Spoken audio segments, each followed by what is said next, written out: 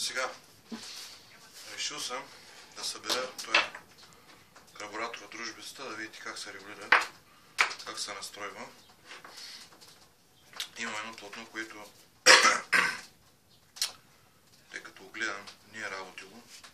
Трябва да е мекичко, да не е като капачката штракайте, штрак. Няма много. По принцип стават от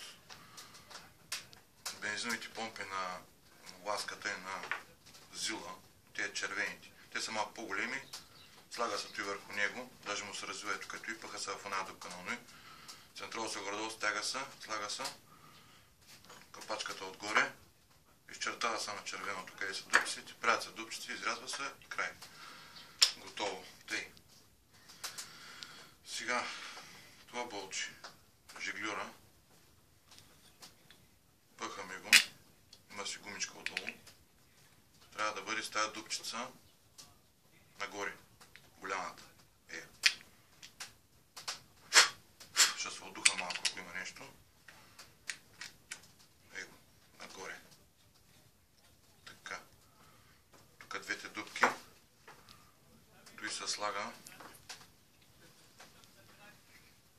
Ги отворите къде са. Уплътнението. За предпочитане да са те оригиналните. Може и някакви други. Така. Още едно трябва да има някъде. Кой знае къде съм го хвърлял.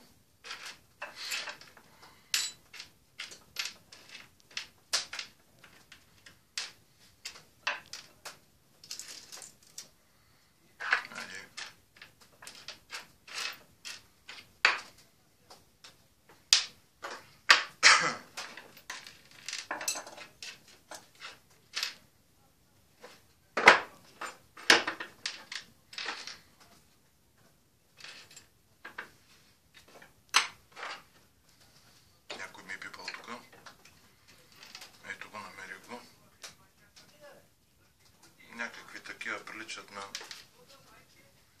коравис, като на текстолит може би. Тъй, гайчицата слага се, не се стега, само да седи. Тъй. После ето и малкото чорайбенци, ето и отдолу много се втвърдява и не ще спира бензина и дави двигателя. Тук се вкопава, аз го минавам на шкурката, да може горе-долу да оплътни. Сега, тук има една ласичка. Ей. Една пружинка има, малка. Тук се слага на пъпката. Така. Болчето държи уста. Той е малко финна работа, ама няма как.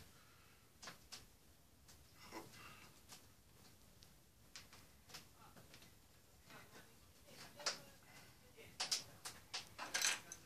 Хайде. Малко се отбива да влезе. И се стяга.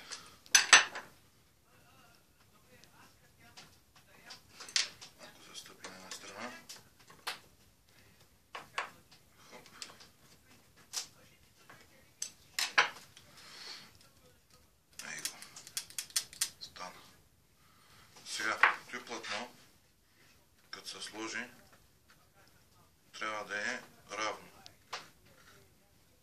Той трябва да опира тук, нито да го натиска, нито да е по-нагоре. Демек, той нещо трябва да бъде на 2 мм под тая равнина. Защото той горе-долу, като съм го мерил, е 2 мм шайбата с главичката на болта.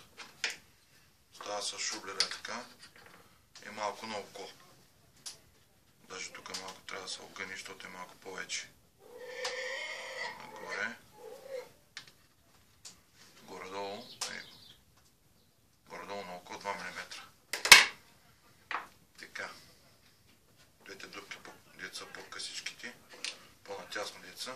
С отгоре.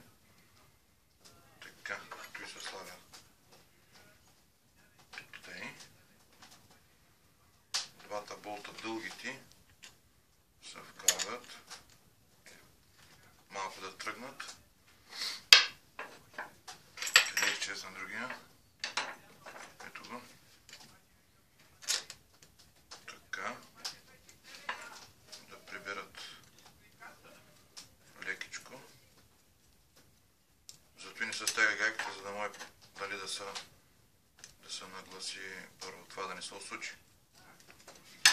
Тъй, сега вече като сме го фанали, тук с ключ 17, ако го намеря къде, може да стегна. Лекичко да прибере. Тъй, вече може тук да се достегне не много. Колкото да фане тъй хубаво. Ще нареждам другите болчета. На повечето, като съм разглобявал, гледам, че зегърката е сложена от сам. Това е пълна глупост. Трябва да е зегърката, по-точно федерката, от към гайката, нали, да не се разви гайката.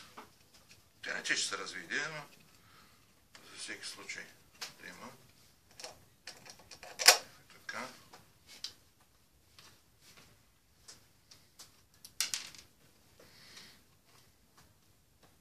Ако ми дебели пръстите, ама няма как.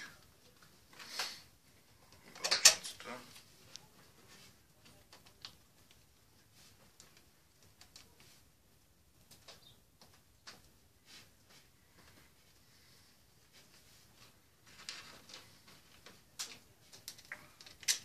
Така. Последното.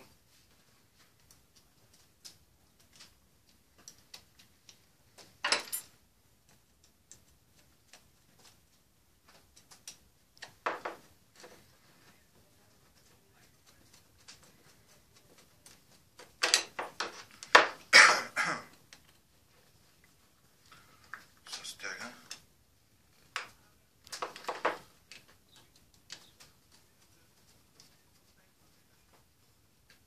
Така.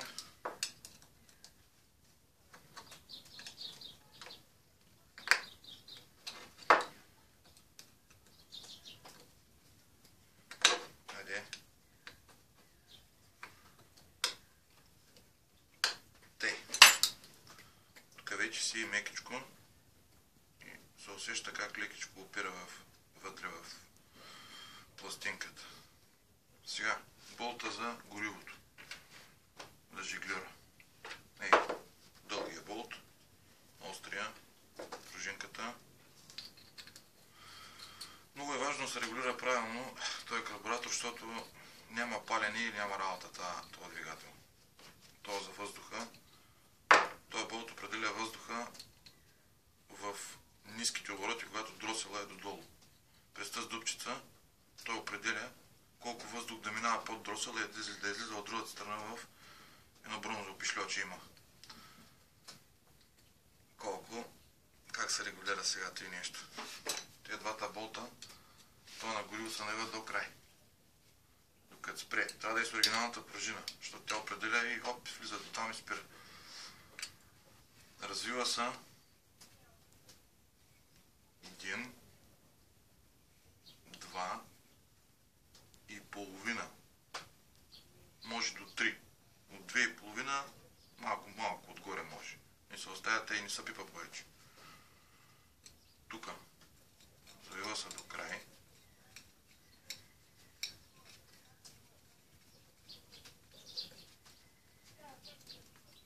Завива се до край и се развива половин, 1 и половина. И повече не се пипа изобщо.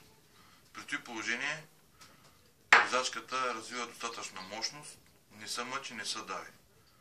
Не се пипа това болт повече. Пипате ли го, по-зле ще стане, по-добре няма да стане. Това е най-добрата настройка, която съм установил. Всъщност толкова съм установил, аз съм научил, защото съм чел как трябва да се направи. Тук вътре, аз го отварях преди това, има една цетка малка, тя в повечето случаи като се вари се унищожава. Не съм я слагал, само една пружинка има, която държи цетката. Пуснал съм пружинката, вътре не се загуби, но цетка няма, ще сложите някъде на друго място цетка. Завива се. Ключ 11 няма в момента. И това е цялата работа. Слагате го и трябва да бачка безпроблемно. Ако платното е здраво, де. Ако нещо след като изгасите ризачката продължи да капи и иска да спирате бензина, нали капи, значи, че гумичката тук отзад самата ламаринка не затваряте и хубаво гумички. Тя е една остра тръбичка, като зъмба и постоянно прирязва това. Постоянно прирязва и тая гумичка и тук. Тъй прави дупчица и не може. Той трябва да е идеално равно. Така на масата с шкурчица и са лекичко и са заравня гумичката. Ако е много корава и се троши, трябва да се сменя. То ги няма никъде, тъй че трябва да се мисли от нещо друго да се прави. Общо взето това е карбураторчето. Слагате го и трябва да бачка. Но платното трябва да е задължително ново. Задължително. Сега стои, даже не съм сигурен дали ще работи. Нали, ползва го само за да направя клипчето. Хубаво е да се смени. Значи има от тези зиловите платна, те са малко по-големи. Някой път има дефектни от тях. Аз имах едно такова, което съм надух и го изхвърлих. Поселя малко бензина и си го изхвърлих. Те, които са на ласката, са издръжливи. Всичките ми резачки от 2 години имат бензин вътре в тях. Отварял съм ги, няма да се разложи, няма нищо. Идеално е. Това е. По-насетне ще направя как клиповчето още как се довършва двигателя, как му се прави центровката и това е. Успех!